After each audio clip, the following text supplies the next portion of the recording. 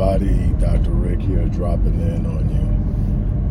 I'm not going to be long, but I definitely want to talk to you about something. First and foremost, I need to remind you that we are in the middle of a fundraiser for the work we do with the Odyssey Project, whether it be Black Men Lead Music is Life, the Black Empowerment Initiative, and other work in the community.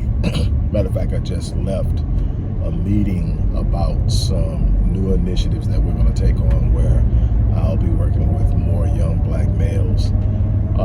And I want to really talk to you, first of all, again, for everybody that's helping celebrate, my connection and having opportunities to speak about my truth and my passion on a podcast that's part of the OWN podcast initiative, where the OWN network is literally hand-selecting podcast, and the Sonrise project, where I am a resident expert that deals with mental health and mental illness and addiction of young Black males. To be able to do that, again, I thank you for sharing your love and celebrating with me.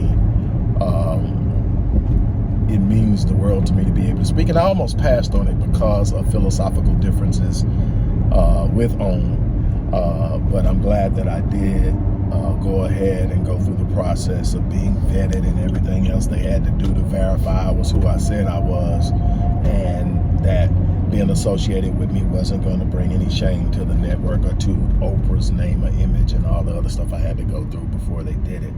I really wasn't feeling it.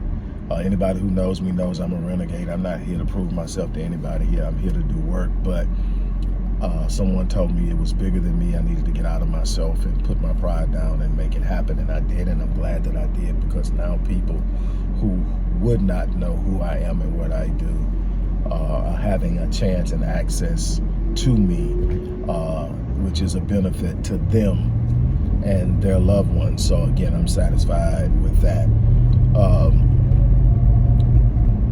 After this meeting, one of the things that is a recurring theme in the Black community is that we simply aren't prepared. You've heard me talk about this on so many different levels. We aren't prepared. We don't know how things work.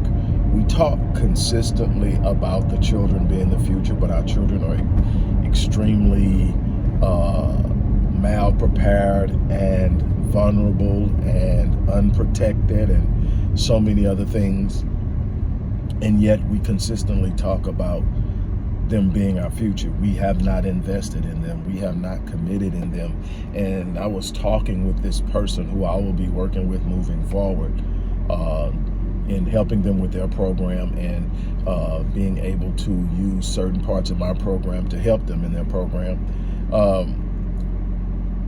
One of the things that I look at and I said to them is, I don't do what I do. That's why you don't see a whole lot of sensationalism and dealing with celebrities. And when I talk about a celebrity, it's a teaching moment that is directly related to our culture, directly related to our issues, directly related to things that we're facing. I'm not into the gossip thing. I'm not into the sensationalism. I'm not into the beefing with anybody. All that stuff I don't need. And one of the things that I said a long time ago when I first started this journey is, I'm not here to have my ego stroked. I don't need it. I'm not here for people to tell me how awesome I am and all of that. When people do affirm me, it feels good. I'm not going to lie to you, and I appreciate the love that you give me, but that's not why I'm here. I'm not here for people to tell me how awesome I are, for people to tell me I'm the man, for people to tell me this, or, you're that dude. I'm not in competition with anyone else out there doing what they're doing. What I am here for is to take the level of experience and expertise I have to have an impact, to teach people who want to learn from people who can teach, to be able to share on a level that empowers my people, to be able to be an influence in the lives of people who want to see something special happen in their lives, happen in their communities, happen in their families. I want to see things change for us. I want to see us live at the level that we're capable of living at. That's why I'm here.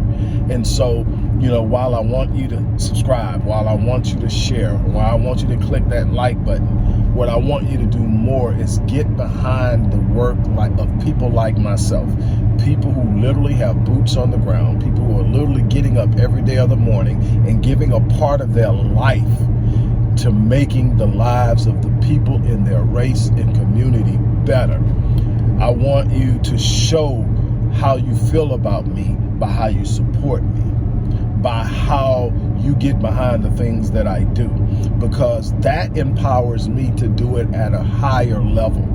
That empowers me to move in spaces that I'm not able yet to move in. Am I grateful to have this opportunity to be featured on the OWN network? Absolutely. But that is a small portion of what needs to be done, because I'm sharing that space with so many other experts who need to have their voices heard as well when it comes to our children. You got to remember that the Sonrise Project is how I got started with this, and OWN just picked up the Sonrise Project, and the Sonrise Project was started by someone I know, who I work with actually, whose son attempted suicide, and it's about Black parents, male and female parents, who have sons who are struggling with addiction and mental illness.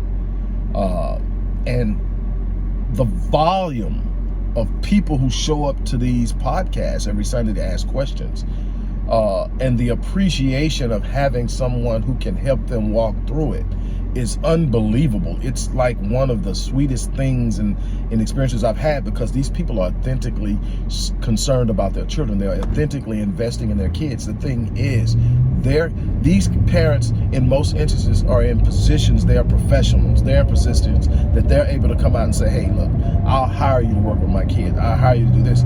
But what it highlights is, do you think their children are the only ones struggling with it? Do you think that those problems aren't also prevalent in less affluent homes?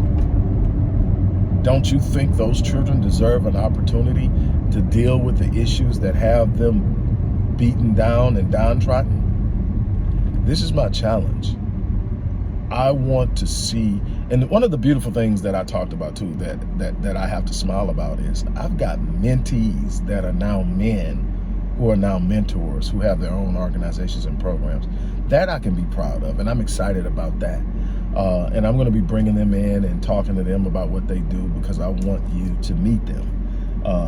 It's a beautiful thing. But anyway, again, there's so much.